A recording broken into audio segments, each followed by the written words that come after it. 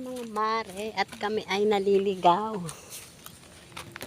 Tapos nandito kami sa bundok. Ewan kong bundok to.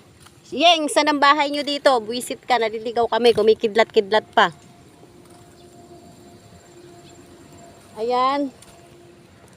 Malapit pala sila sa Over the Top. Tsaka Cafe in the Sky. Ang ganda dito.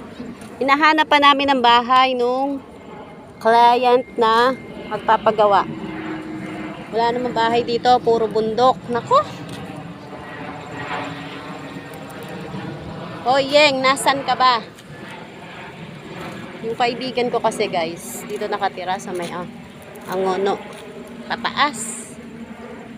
Ayan o, nasa overlooking. Umuulan pa. Ayan si Ronald, nabubwisit na.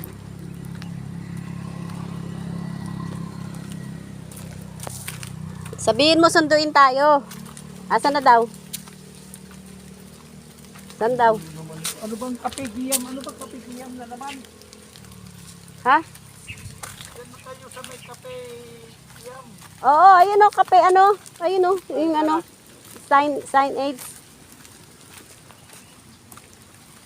Ano ba to kasi? Tignan mo nga kung ano yung mga pangalan nito. Ayun o, pangalan. Ano yan? SPG. Ha?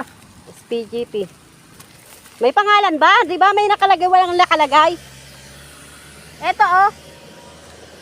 Ano yan? Kapaygiya. Oh, sabi mo. Nasa Kapaygiya tayo, umuulan na.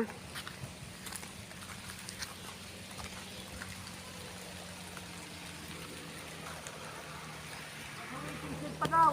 Ha? Hindi ka na sa waiting shed. Asa na waiting shed?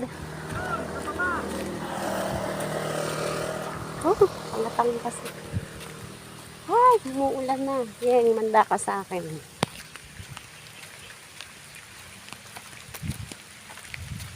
Eh, wala nga bahay dito. Ando na mga bahay. Sa baba. At yun guys, punta kami. Baba pa daw kami. Ha? Umuulan.